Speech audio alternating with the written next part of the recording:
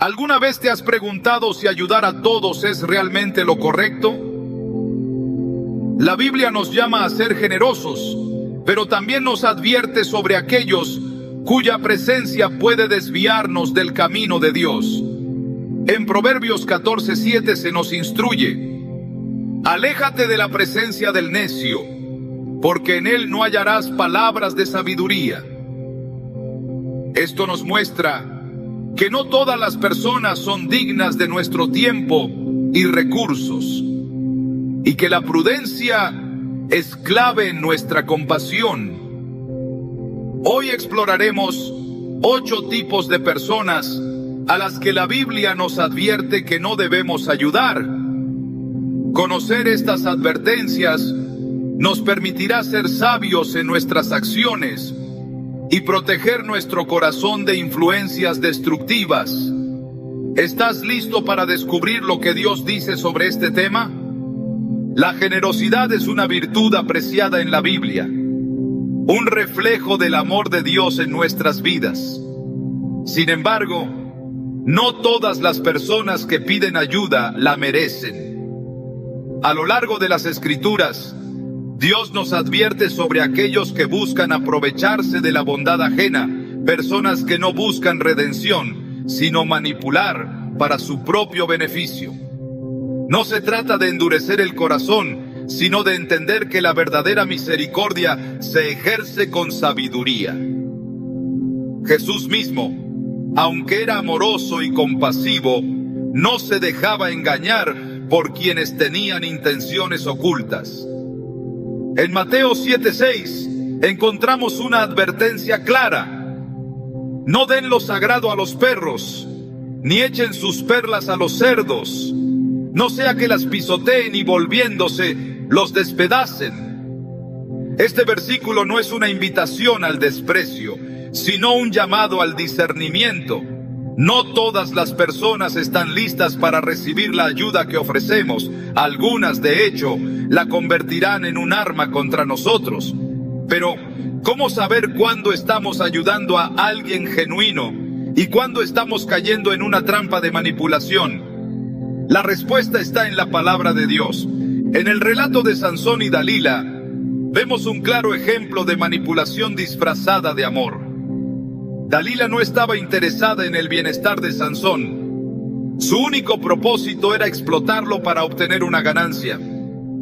Jueces 16:15 nos muestra cómo Dalila jugaba con sus emociones. ¿Cómo puedes decirme te amo si tu corazón no está conmigo?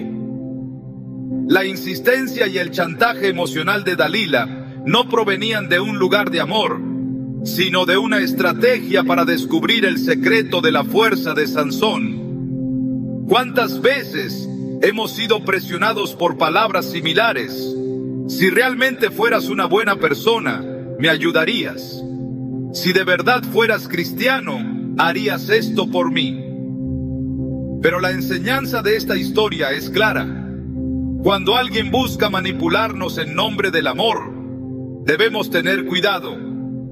La manipulación no siempre es evidente.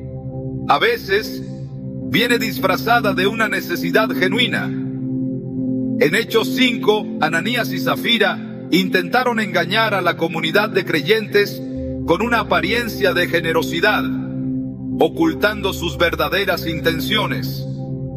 Querían recibir honra sin pagar el precio de la honestidad. Pedro les confrontó, diciendo en Hechos 5:3, Ananías, ¿cómo es que Satanás llenó tu corazón para que mintieras al Espíritu Santo y te quedaras con parte del dinero que recibiste por el terreno? Aquí aprendemos que no toda petición de ayuda es sincera.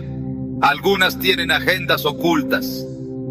Hay quienes se presentan como necesitados, pero su verdadera intención es esclavizar a los demás en una red de culpa y obligación. Estas personas detectan corazones compasivos y los manipulan para sus propios fines. El enemigo conoce nuestras debilidades y puede usarlas en nuestra contra. Es por eso que Jesús, aunque ayudaba a los necesitados, nunca permitía que su compasión lo volviera ingenuo.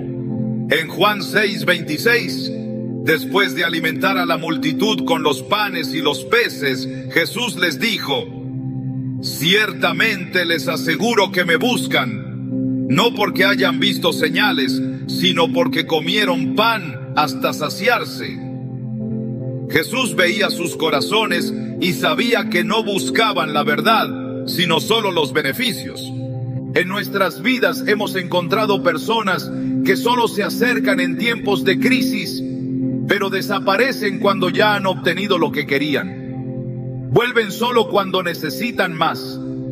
Se presentan como amigos, como familiares en apuros, como compañeros en dificultad, pero en el fondo, su relación con nosotros es puramente transaccional. Dios nos llama a ayudar, pero también nos advierte sobre ser sabios al hacerlo. Proverbios 22:3 nos dice: el prudente ve el peligro y lo evita. El inexperto sigue adelante y sufre las consecuencias. Hay quienes, al recibir ayuda, no muestran gratitud, sino que exigen más. Creen que tienen derecho a nuestros recursos, a nuestro tiempo, a nuestra energía. Y si alguna vez intentamos decir no, nos acusan de ser egoístas o crueles. Pero la Biblia nos muestra que incluso Dios pone límites.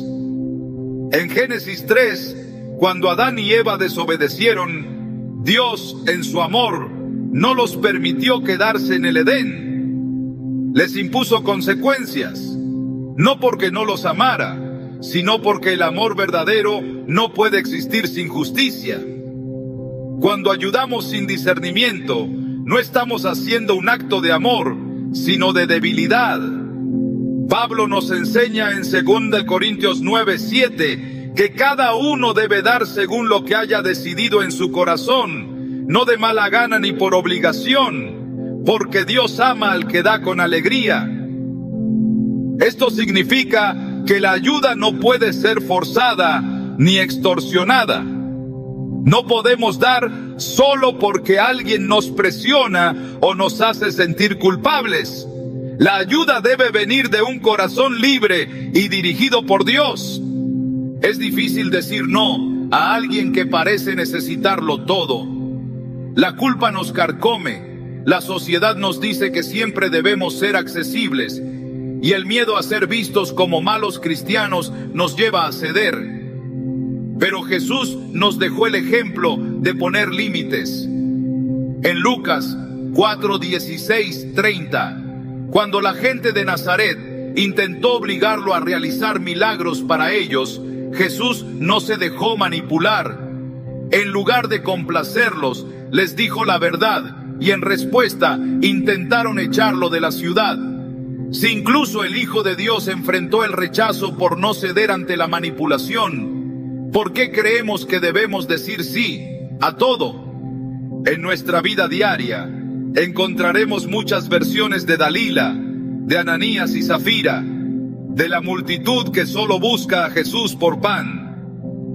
Nos pedirán ayuda con palabras dulces, con lágrimas en los ojos, con promesas de que esta será la última vez que nos necesitarán. Pero la Biblia nos dice que debemos ser sabios.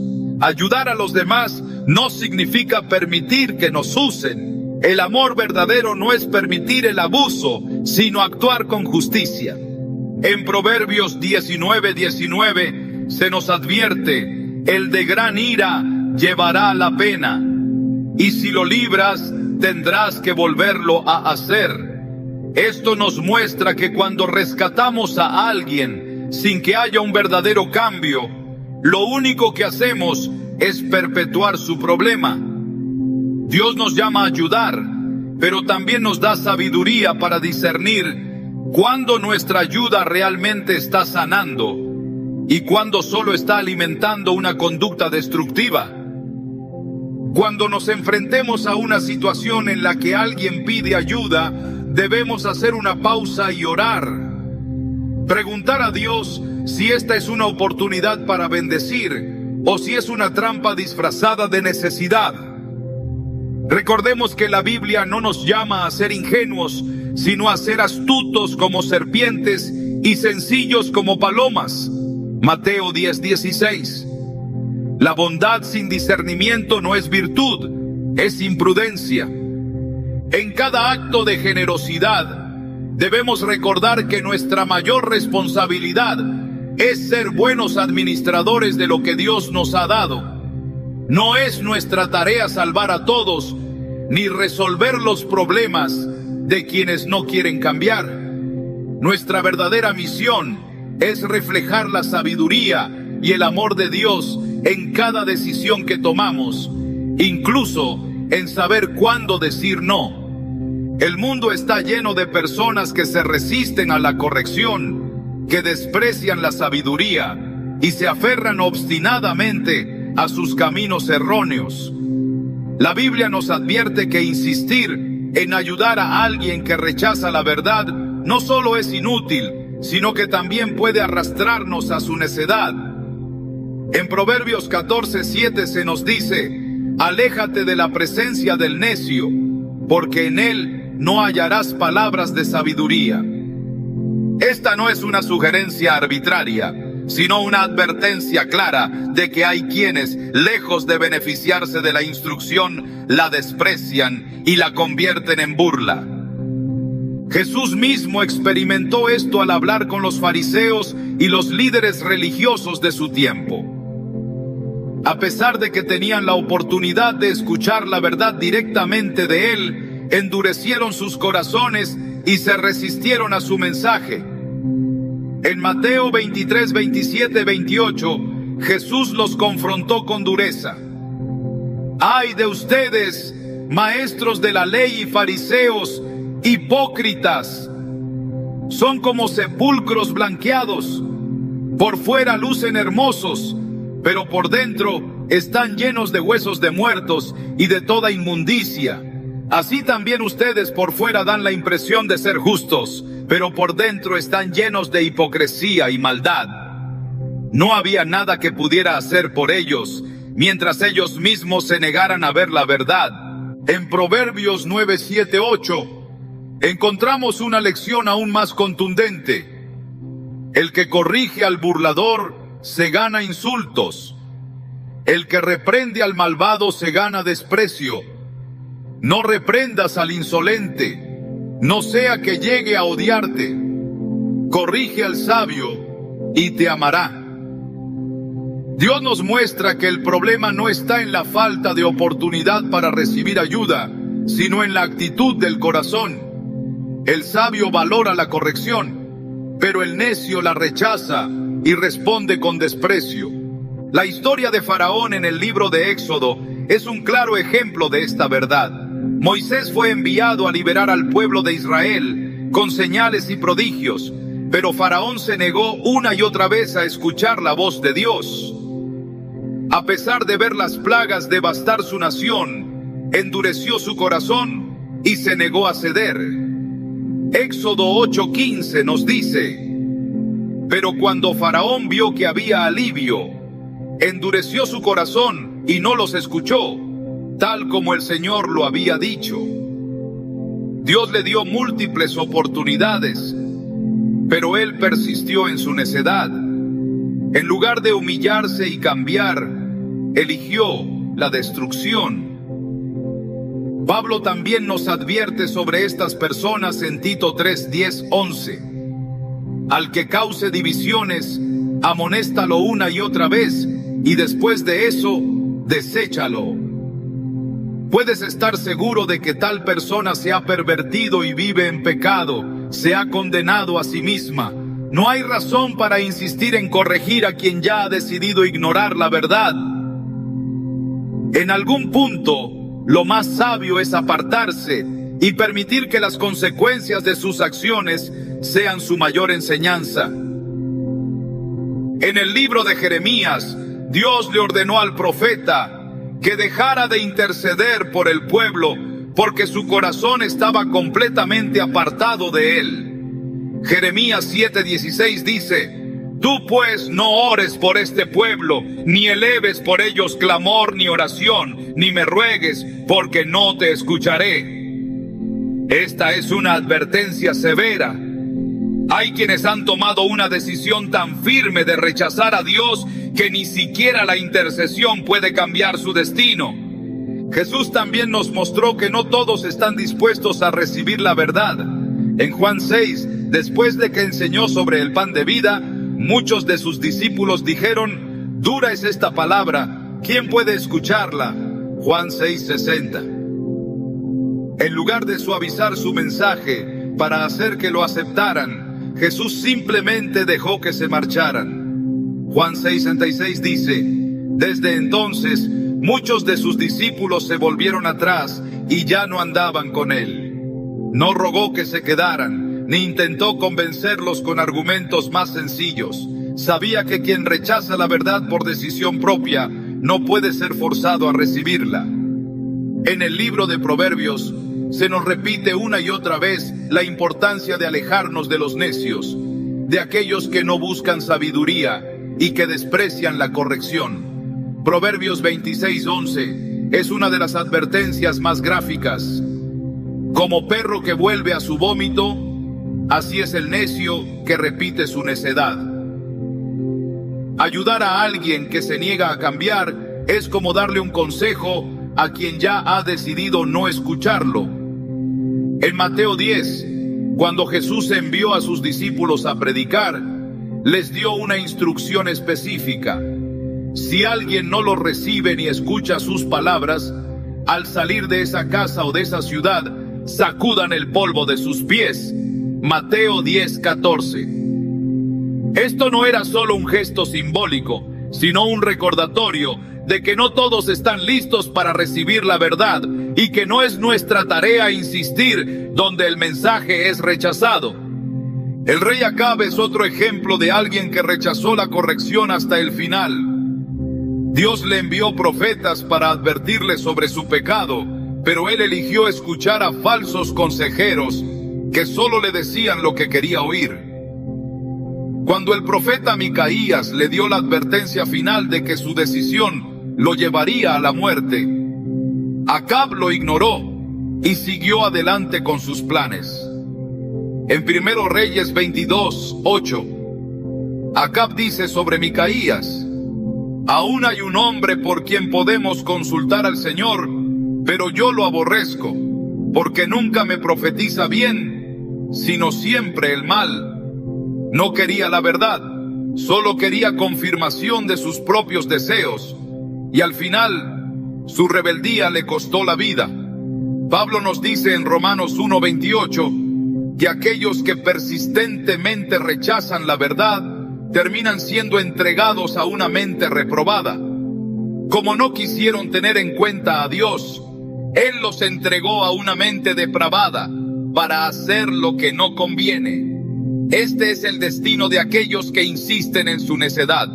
Llegará un punto en el que Dios los dejará seguir su camino y no habrá nada más que podamos hacer por ellos. No todos están listos para recibir ayuda. No todos valoran la corrección. No todos quieren cambiar. La Biblia nos muestra que es peligroso insistir en ayudar a alguien que ha decidido rechazar la verdad. Proverbios 13:20 nos advierte: el que anda con sabios, sabio será, mas el que se junta con necios sufrirá el daño. La compañía de los necios no solo es inútil, sino que puede llevarnos a la ruina. Jesús nos enseñó a amar, pero también nos enseñó a discernir. En Mateo 7:15-16 nos advirtió sobre aquellos que parecen ser de Dios, pero en realidad no lo son. Cuídense de los falsos profetas. Vienen a ustedes disfrazados de ovejas, pero por dentro son lobos feroces. Por sus frutos los reconocerán. No se trata de juzgar superficialmente, sino de evaluar si una persona realmente está dispuesta a recibir ayuda o si solo está arrastrándonos a su camino de destrucción. Dios es paciente, pero también es justo. Hay un tiempo para advertir, pero también hay un tiempo para dejar que cada persona coseche lo que ha sembrado. Gálatas 6:7 dice: no se engañen, de Dios nadie se burla, cada uno cosecha lo que siembra. Cuando alguien ha elegido el camino del necio, no es nuestra responsabilidad evitarle las consecuencias. La verdadera sabiduría está en saber cuándo hablar y cuándo callar, cuándo corregir y cuándo apartarse. No todas las batallas son nuestras. No todas las personas están listas para recibir la verdad y no todas las ayudas son realmente ayuda. La Biblia nos guía para que actuemos con discernimiento, para que nuestras intenciones sean puras, pero nuestras acciones sean sabias. Desde el principio Dios estableció el trabajo como una parte fundamental de la vida del ser humano. En el jardín del Edén, antes de que el pecado entrara en el mundo, Adán ya tenía la responsabilidad de labrar y cuidar la tierra. Génesis 2:15 dice: tomó pues Jehová Dios al hombre y lo puso en el huerto de Edén para que lo labrara y lo guardase. El trabajo no es un castigo, sino un diseño divino para el desarrollo, la provisión y el propósito en la vida del hombre. Sin embargo, a lo largo de la historia han existido quienes rechazan este principio y prefieren depender del esfuerzo ajeno. La Biblia es clara en su advertencia sobre estas personas. Pablo, en su carta a los tesalonicenses, estableció un principio ineludible: el que no quiera trabajar, que tampoco coma. 2 Tesalonicenses 3:10. Este no es un mensaje de indiferencia ante la necesidad, sino una instrucción para evitar fomentar la pereza y la irresponsabilidad. En la iglesia primitiva, algunos creyentes esperaban ser sustentados sin hacer ningún esfuerzo, y Pablo les recordó que cada uno debía asumir su responsabilidad. El libro de Proverbios es insistente en señalar las consecuencias de la pereza. Proverbios 6, 9, 11 dice: perezoso, ¿hasta cuándo has de dormir? ¿Cuándo te levantarás de tu sueño? Un poco de sueño, un poco de dormitar y un poco de cruzar las manos para reposo.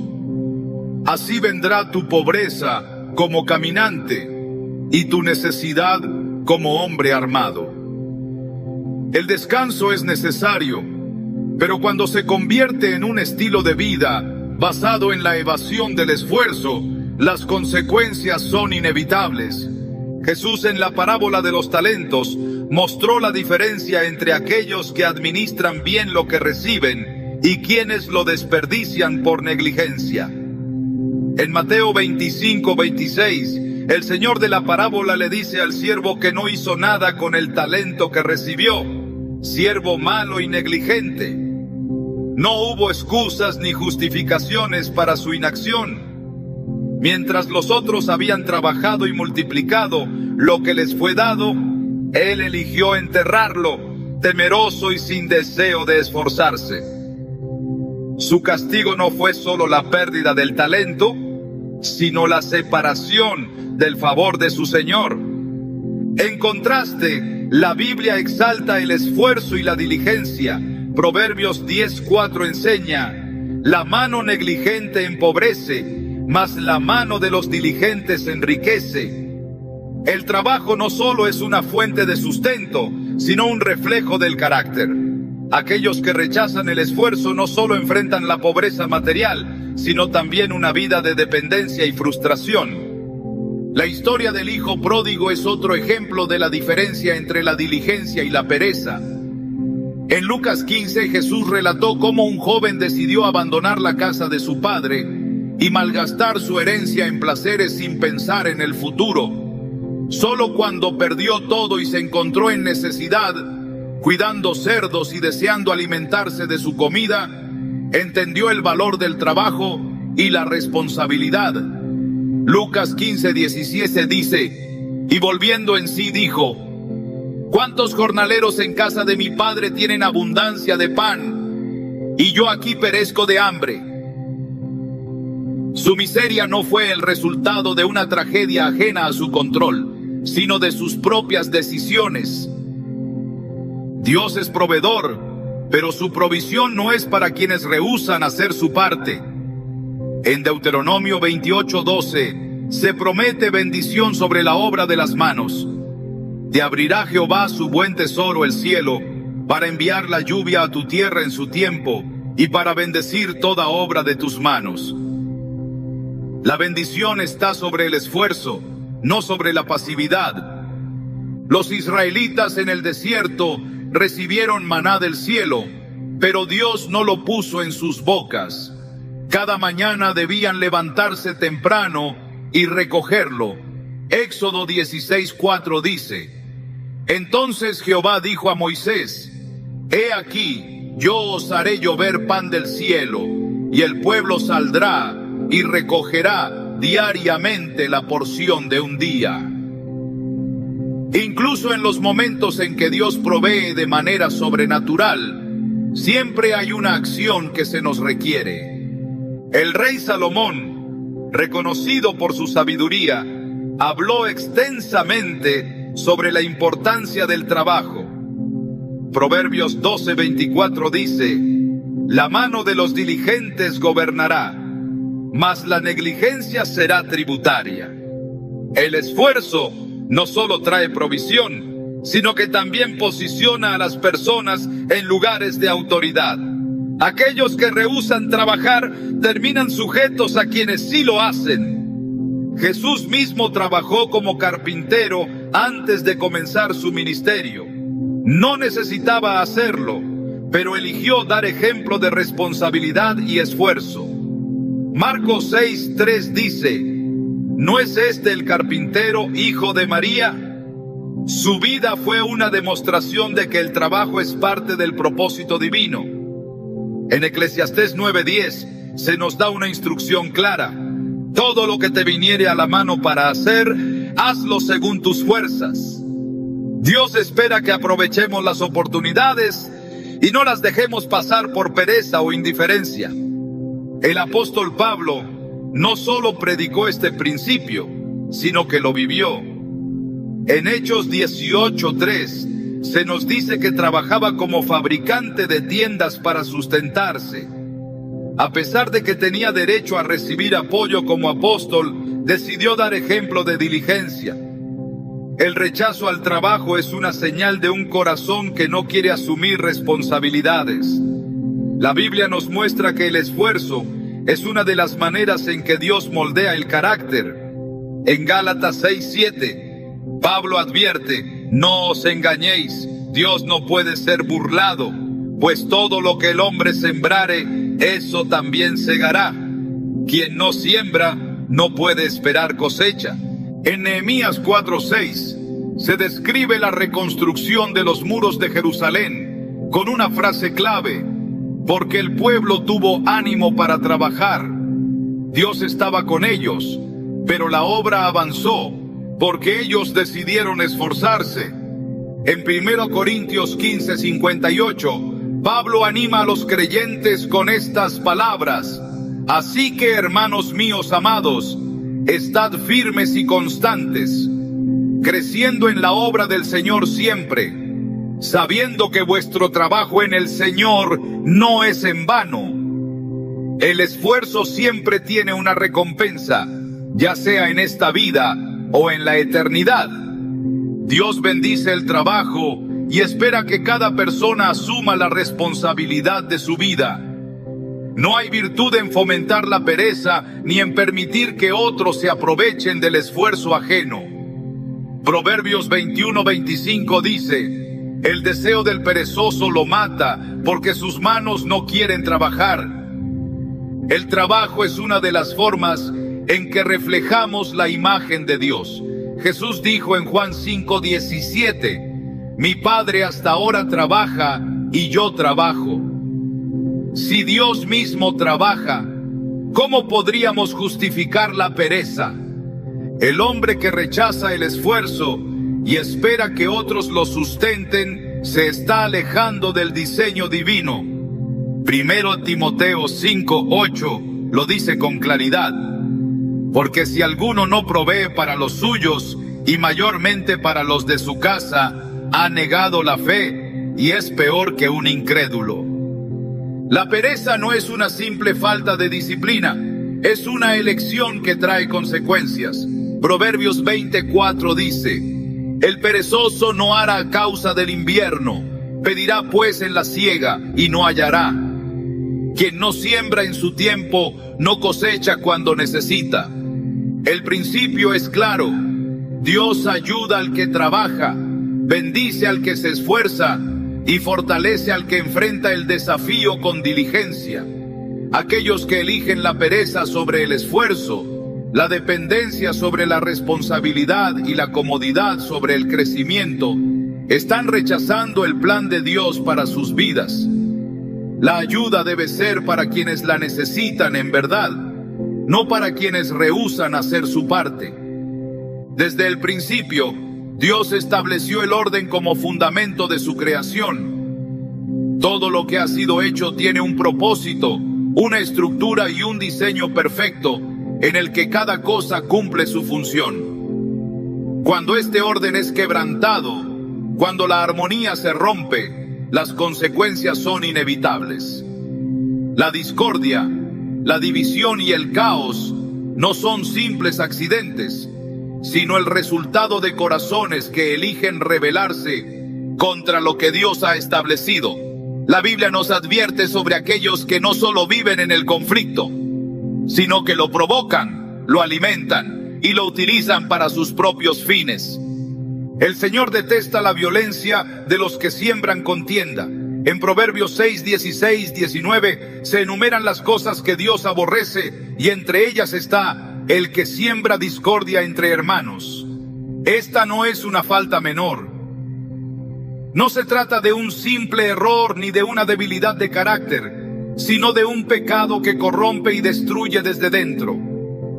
La discordia es un veneno que debilita a las familias, divide a las congregaciones y rompe la unidad entre los hijos de Dios. En el libro de Números, la rebelión de Coré es un claro ejemplo de cómo la contienda puede llevar a la destrucción. Coré, junto con Datán y Abiram, desafió la autoridad de Moisés y Aarón, no porque buscara justicia, sino porque quería poder. Su argumento parecía razonable. Toda la congregación, todos ellos son santos, y en medio de ellos está Jehová. Números 16:3. Pero Dios conocía sus corazones, sabía que sus intenciones no eran puras y que su objetivo no era el bienestar del pueblo, sino su propio beneficio. El juicio fue inmediato. La tierra se abrió y los tragó vivos, y el fuego consumió a aquellos que los siguieron. El conflicto por sí solo no es señal de injusticia.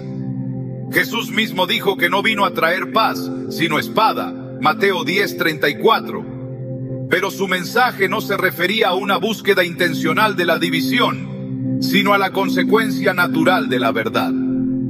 Hay una diferencia entre la oposición que surge cuando se defienden los principios de Dios y la discordia provocada por quienes disfrutan del enfrentamiento. Pablo, en su carta a Tito, dio instrucciones claras sobre cómo tratar con aquellos que generan divisiones. Al hombre que cause divisiones, después de una y otra amonestación, deséchalo. Tito 3:10. No se nos llama a debatir interminablemente con quienes buscan el conflicto por el conflicto mismo. No se nos ordena invertir nuestras fuerzas en intentar convencer a quien ha decidido rechazar la corrección. Los fariseos fueron expertos en sembrar discordia. En lugar de regocijarse cuando Jesús sanaba a los enfermos, cuestionaban el día en que lo hacía. En vez de reconocer los milagros, buscaban la manera de acusarlo. Su interés no estaba en la verdad, sino en mantener su posición. En Mateo 12:24, al ver que Jesús expulsaba demonios, dijeron: Este no echa fuera los demonios, sino por Beelzebú, príncipe de los demonios. Su argumento era absurdo, pero no les importaba la lógica. Su propósito era desacreditar, generar confusión, dividir. Dios no es un Dios de desorden, En 1 Corintios 14:33 se nos dice: Dios no es Dios de confusión, sino de paz. Todo lo que fomenta el caos y la destrucción no proviene de Él. Cuando alguien es fuente constante de pleitos, chismes y enemistades, no importa cuán convincente sea su discurso, su fruto revela su verdadera naturaleza. Jesús advirtió en Mateo 7:16: por sus frutos los conoceréis. Las palabras pueden ser engañosas, pero los frutos nunca mienten. En el libro de Nehemías, cuando los israelitas reconstruían los muros de Jerusalén, aparecieron enemigos cuyo único propósito era interrumpir la obra. Sanbalat, Tobías y Gesem no tenían interés en la verdad ni en la justicia. Su meta era impedir el progreso del pueblo de Dios. En Nehemías 6:9, el propio Nehemías reconoce su estrategia. Porque todos ellos nos amedrentaban diciendo: se debilitarán las manos de ellos en la obra y no será terminada. Estos hombres usaban la intimidación, la burla y la mentira para tratar de detener la obra. Pero Nehemías no cedió, no se detuvo a debatir con ellos, ni les concedió la influencia que buscaban. Su respuesta fue simple: continuar con la misión que Dios le había dado. Hay quienes buscan la ayuda de otros no porque la necesiten, sino porque desean arrastrarlos a sus conflictos. Proverbios 26:21 dice: el carbón para las brasas y la leña para el fuego, y el hombre rencilloso para encender contienda. Estas personas no buscan reconciliación, sino confrontación. No buscan justicia, sino venganza. No buscan restauración, sino destrucción. Jesús enseñó que los pacificadores son bienaventurados, Mateo 5:9. Pero la paz no significa tolerar el pecado ni aceptar la maldad. Cuando Jesús encontró a los cambistas en el templo, no los ignoró ni los justificó. Juan 2:15 dice: y haciendo un azote de cuerdas, echó fuera del templo a todos. Su celo no era por un conflicto sin propósito, sino por la santidad de la casa de su Padre. Los que siembran discordia disfrutan del caos. Son expertos en provocar divisiones, en manipular las emociones, en enfrentar a unos contra otros. Sus palabras parecen razonables, sus argumentos parecen justos, pero su intención es destructiva. Romanos 16:17 advierte: os ruego, hermanos, que os fijéis en los que causan divisiones y tropiezos en contra de la doctrina que vosotros habéis aprendido, y que os apartéis de ellos. La instrucción no es debatir con ellos, ni intentar reformarlos, sino apartarse. El pueblo de Israel sufrió las consecuencias de escuchar a los contenciosos. En el desierto, cuando 10 de los 12 espías regresaron con un informe negativo sobre la tierra prometida, su miedo y su incredulidad se esparcieron rápidamente entre el pueblo. Números 14:1 dice: entonces toda la congregación gritó y dio voces, y el pueblo lloró aquella noche. Su queja no era contra los espías, sino contra Dios. La semilla de discordia sembrada por unos pocos llevó a toda una nación a la rebelión, y como resultado, una generación entera murió en el desierto sin ver la tierra que se les había prometido.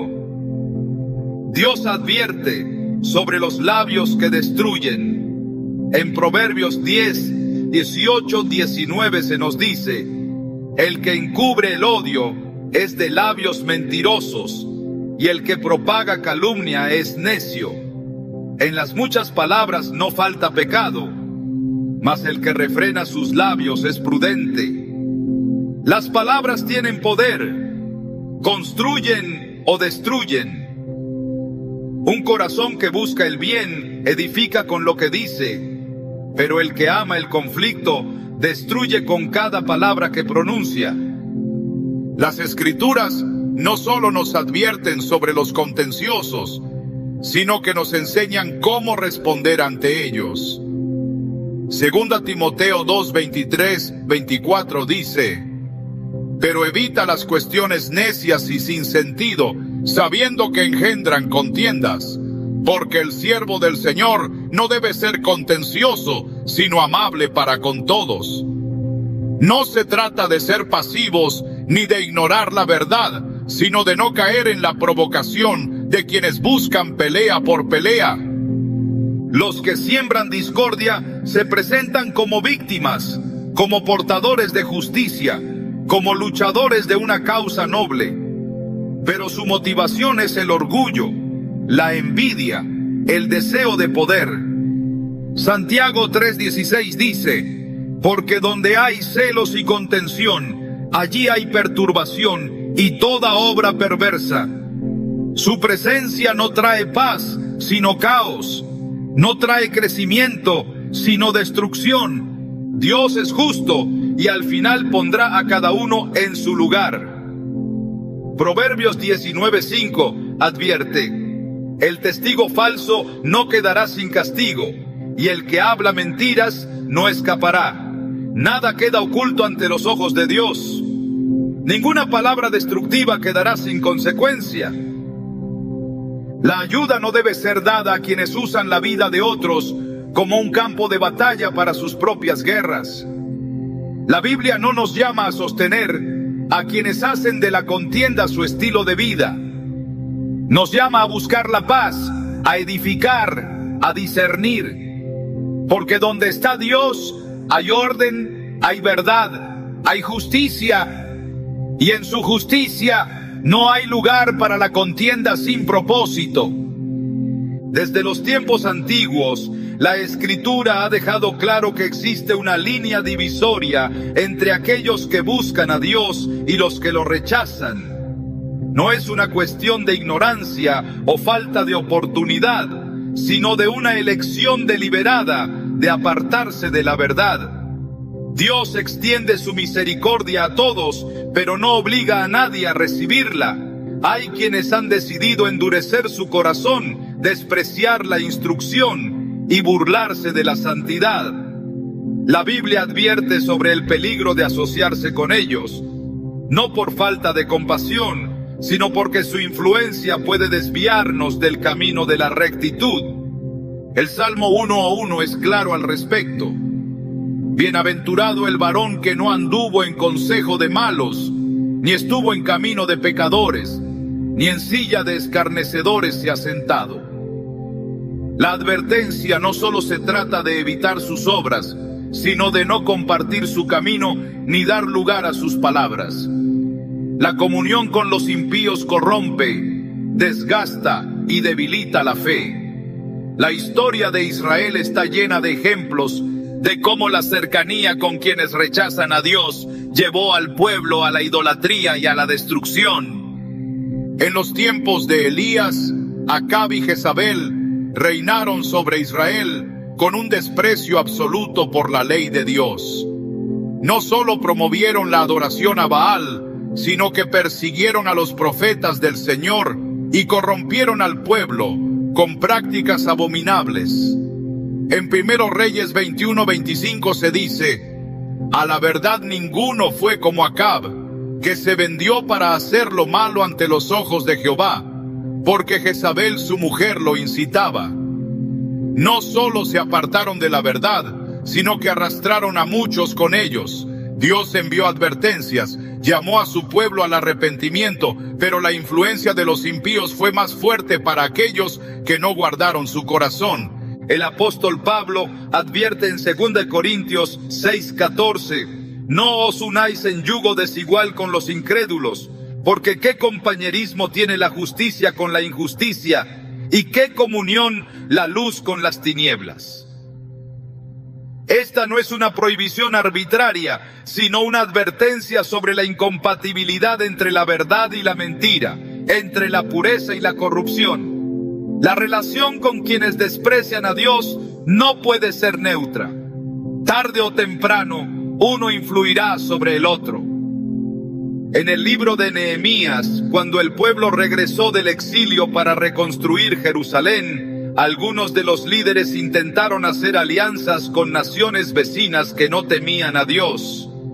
Nehemías fue contundente en su respuesta. En Nehemías 13, 26, 27, recordó lo que sucedió con Salomón. ¿No pecó por esto Salomón, rey de Israel? Aun a él, que era amado de su Dios, y Dios lo había puesto por rey sobre todo Israel, le hicieron pecar las mujeres extranjeras. Y obedeceremos a vosotros para cometer todo este mal tan grande, prevaricando contra nuestro Dios con mujeres extranjeras. La asociación con quienes rechazan la verdad no es un asunto menor. Aún el hombre más sabio de su tiempo cayó por ignorar esta advertencia. Jesús también fue claro sobre el destino de aquellos que desprecian a Dios. En Mateo 10:14 instruyó a sus discípulos: y si alguno no os recibiere, ni oyere vuestras palabras, salid de aquella casa o ciudad, y sacudid el polvo de vuestros pies. No dijo que debían quedarse insistiendo, ni que debían forzarlos a creer. Su enseñanza fue directa. Si alguien rechaza la verdad, el mensaje no es para él. El rechazo a Dios no es simplemente incredulidad, es una rebelión consciente contra su autoridad.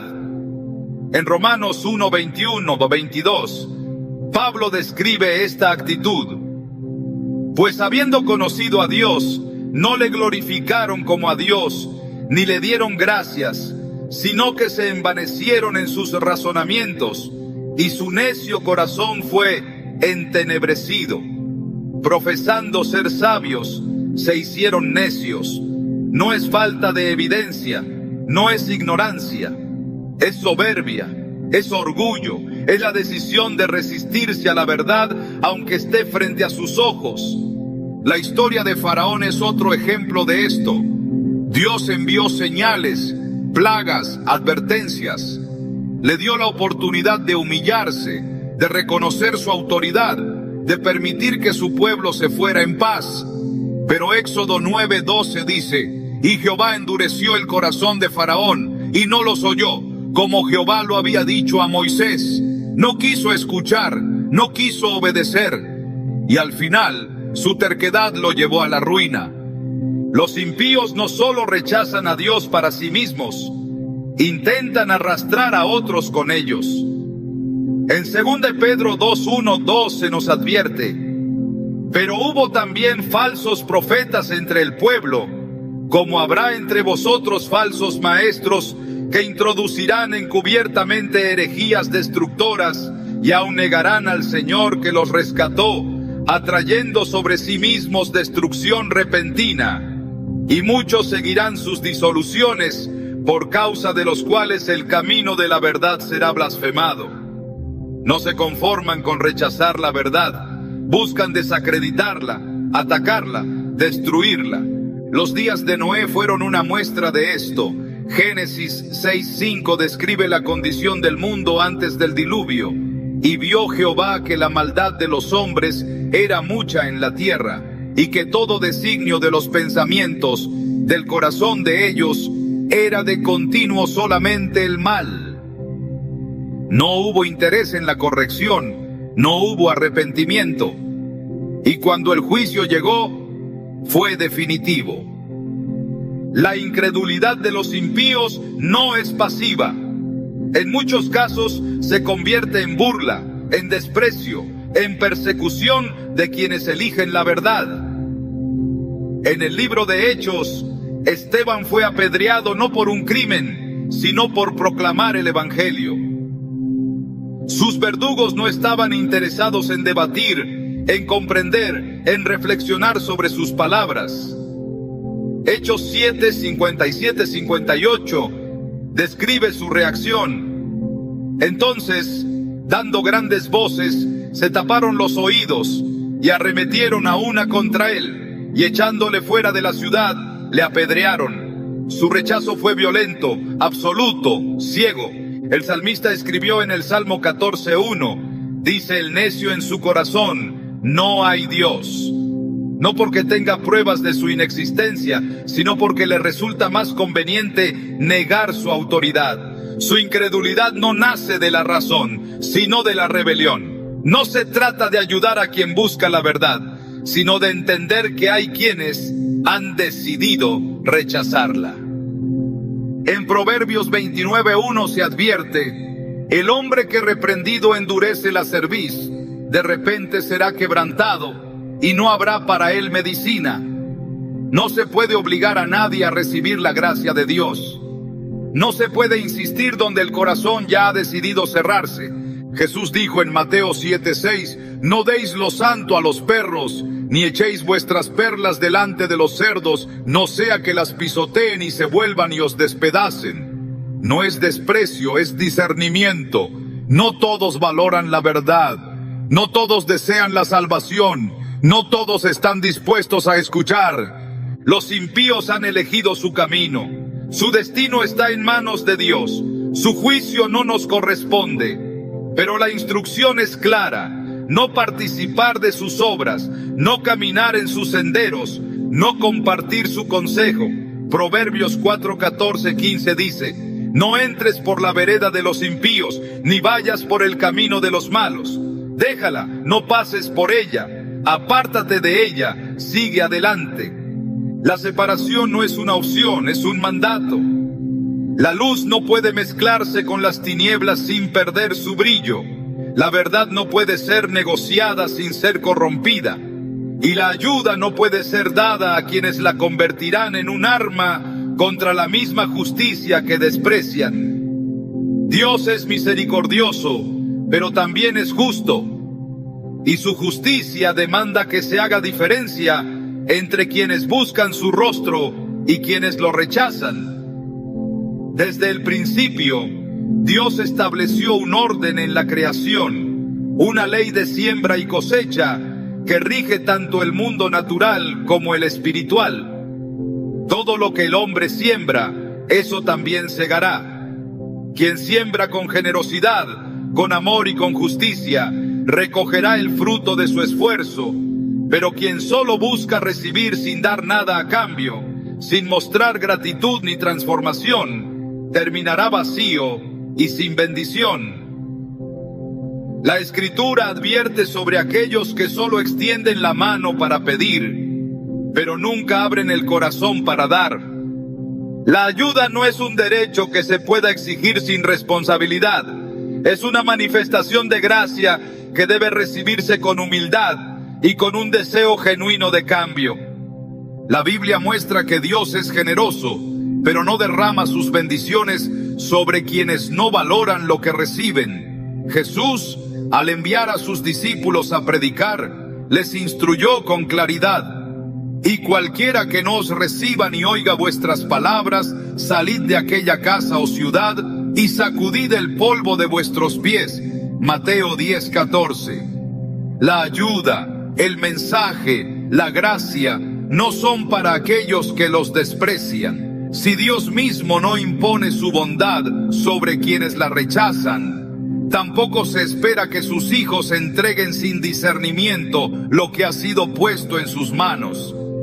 En la multiplicación de los panes y los peces, Jesús alimentó a miles con compasión, pero después de ese milagro, muchos lo siguieron no por la verdad, sino por el pan. En Juan 6:26, Jesús los confrontó: de cierto os digo, que me buscáis, no porque habéis visto las señales, sino porque comisteis el pan y os saciasteis. Buscaban los beneficios, pero no el mensaje.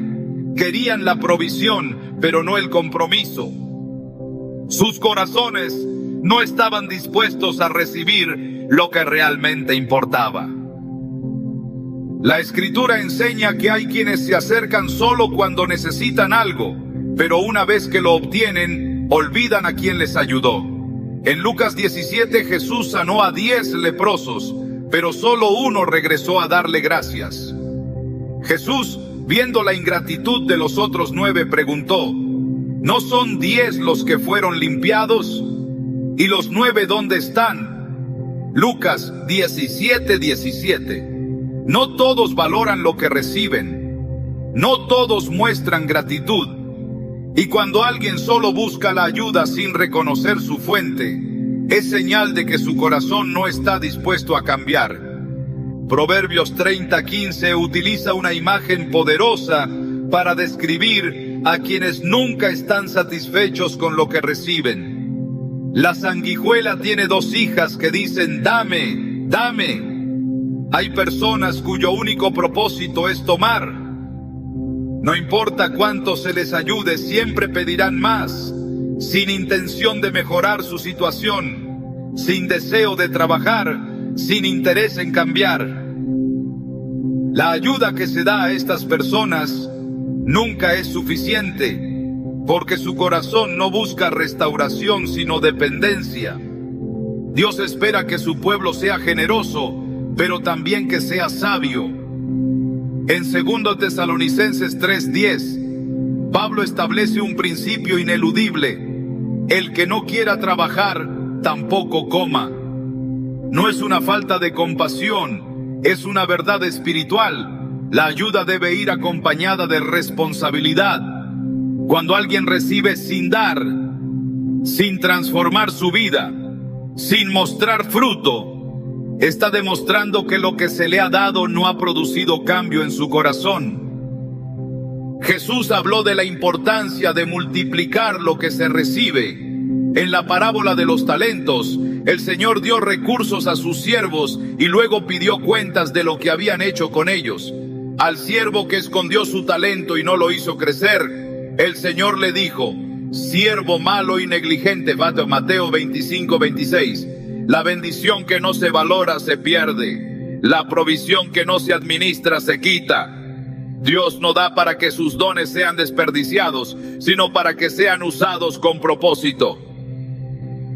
La ayuda debe ir dirigida a quienes tienen un corazón dispuesto a recibirla con humildad y gratitud.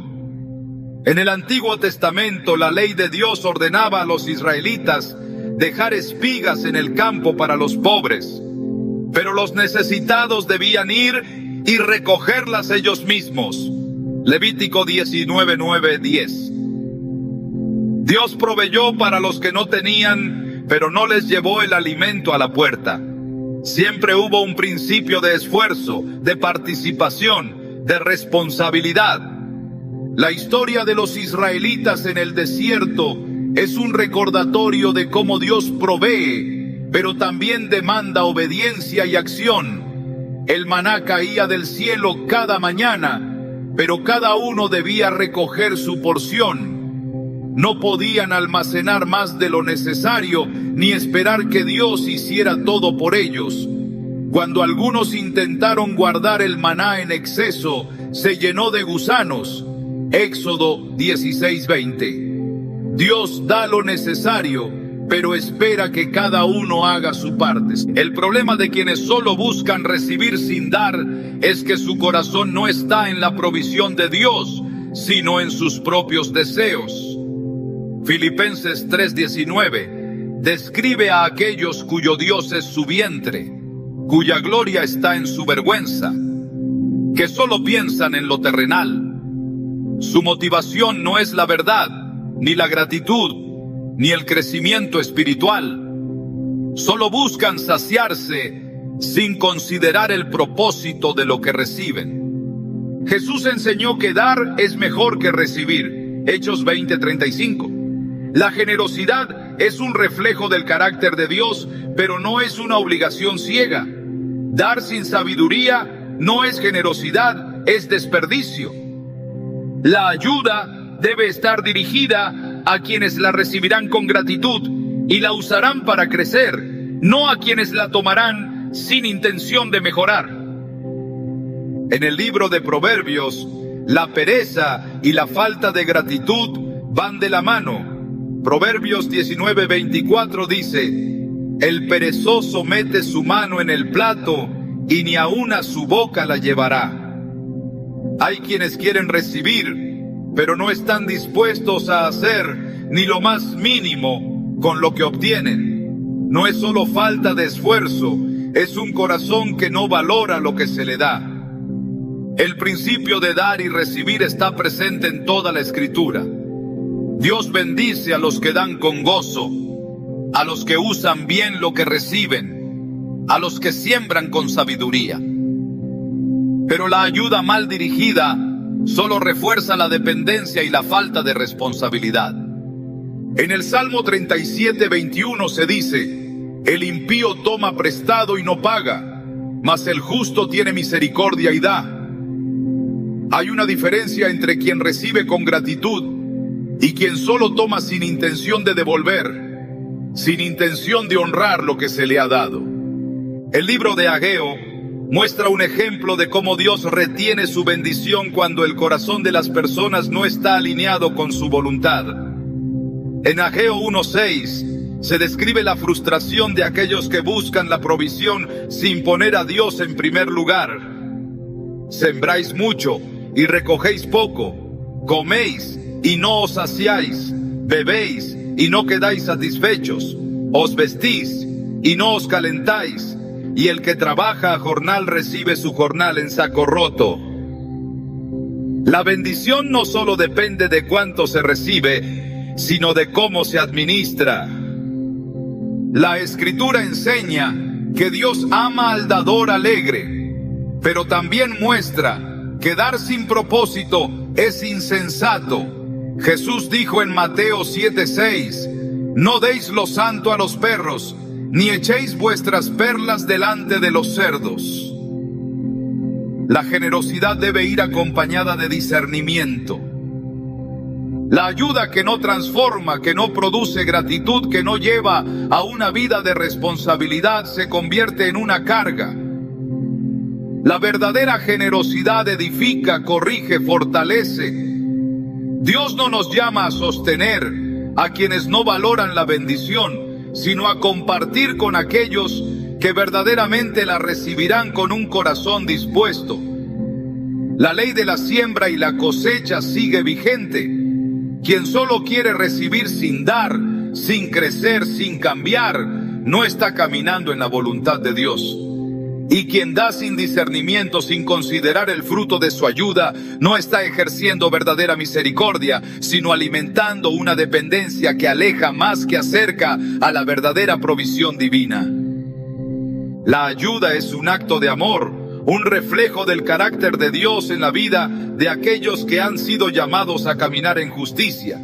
Sin embargo, la misericordia sin discernimiento puede convertirse en una carga que destruye en lugar de edificar. La Escritura no solo nos enseña a dar, sino también a entender cuándo dar, a quién dar y cuándo es necesario apartarse. No todo el que extiende la mano lo hace con un corazón dispuesto a recibir corrección. No todo el que pide auxilio está en verdadera necesidad. No todo el que busca ayuda lo hace con intenciones puras. Hay ocasiones en las que ayudar es lo correcto, pero también hay momentos en los que hacerlo es participar en la insensatez, reforzar el pecado y alimentar la rebelión.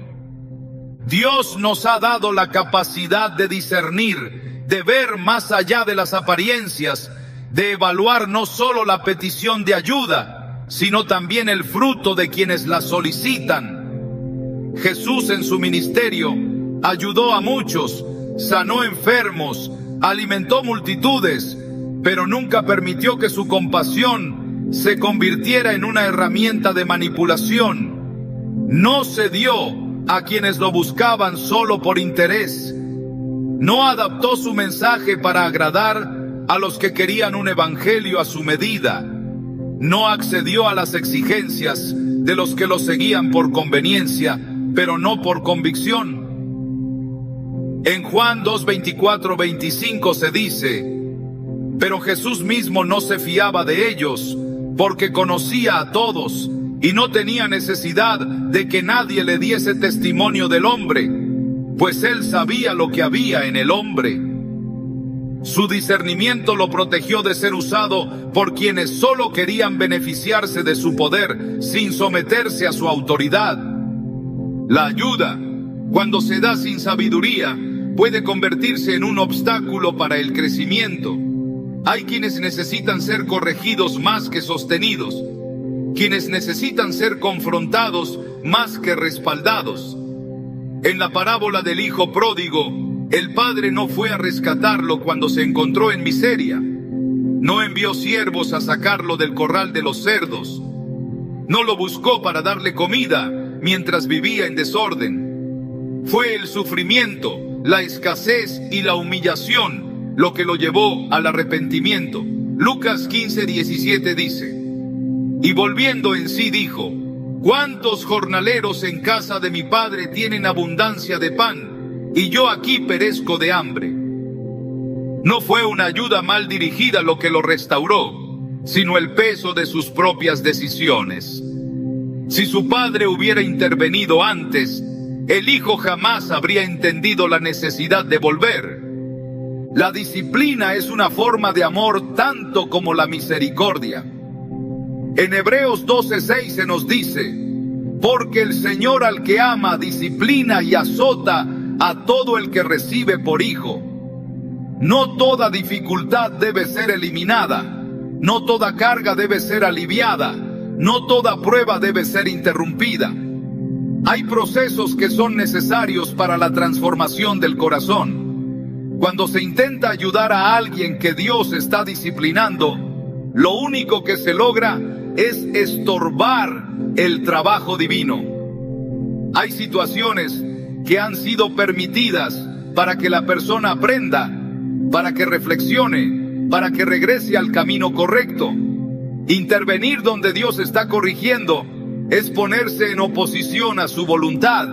El apóstol Pablo entendió esta verdad cuando habló sobre aquellos que se alejan de la fe y persisten en la rebelión. En 1 Corintios 5:5 dijo respecto a un hombre que vivía en pecado: el tal sea entregado a Satanás para destrucción de la carne, a fin de que el espíritu sea salvo en el día del Señor.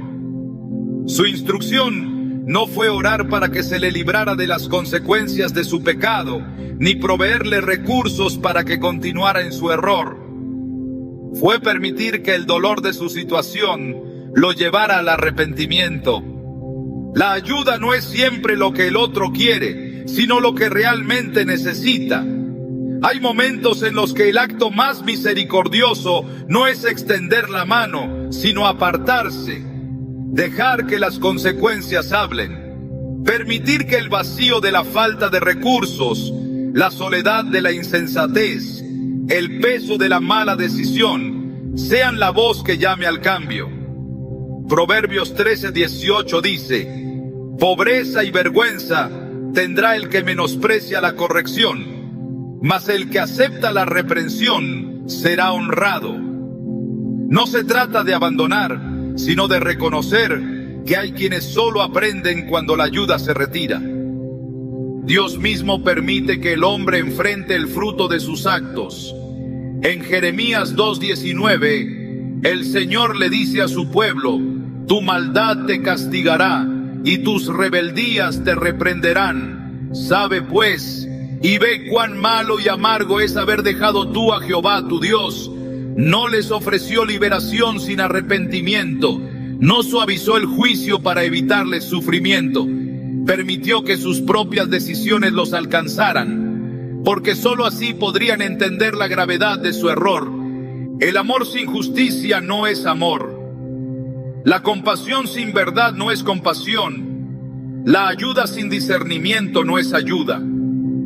Jesús no vino al mundo solo a sanar y proveer, sino a confrontar, a llamar al arrepentimiento, a establecer el reino de Dios en corazones transformados.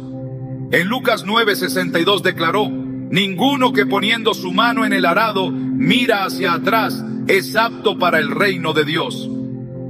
Su llamado fue radical, su mensaje fue claro. El compromiso con la verdad es más importante que cualquier otro vínculo.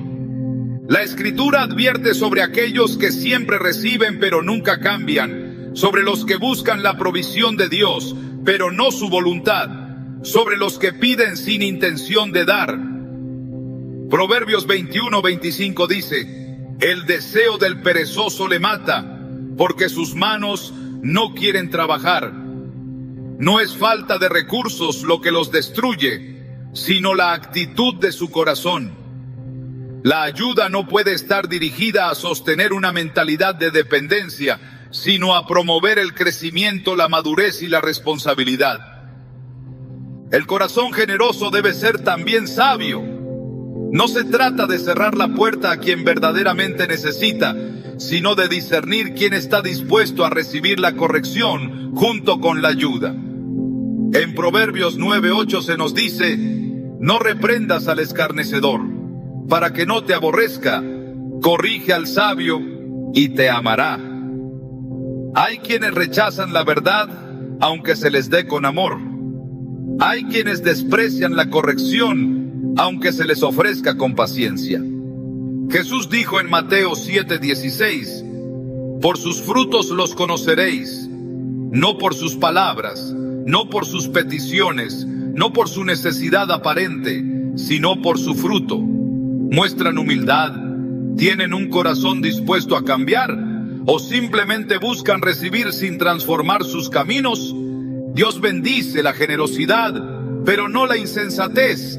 En 2 Corintios 9:7 se nos dice: cada uno dé como propuso en su corazón, no con tristeza ni por necesidad, porque Dios ama al dador alegre. La ayuda debe darse con gozo, no por obligación, no por presión, no por manipulación. El que busca solo recibir sin dar nunca, entenderá el valor de lo que se le ha dado. El que insiste en el error sin querer cambiar, nunca aprovechará la oportunidad que se le ofrece. El que se acerca solo por interés y no por convicción, nunca permanecerá. Y el que recibe sin gratitud ni transformación, solo seguirá pidiendo más sin nunca encontrar satisfacción. Dios nos llama a ser luz en el mundo, pero una luz que ilumina, no que es consumida por la oscuridad. Ser generosos pero con sabiduría, ayudar pero con discernimiento, amar pero sin negociar la verdad, porque al final lo que verdaderamente transforma una vida no es la cantidad de ayuda recibida, sino la disposición del corazón para reconocer la necesidad de Dios.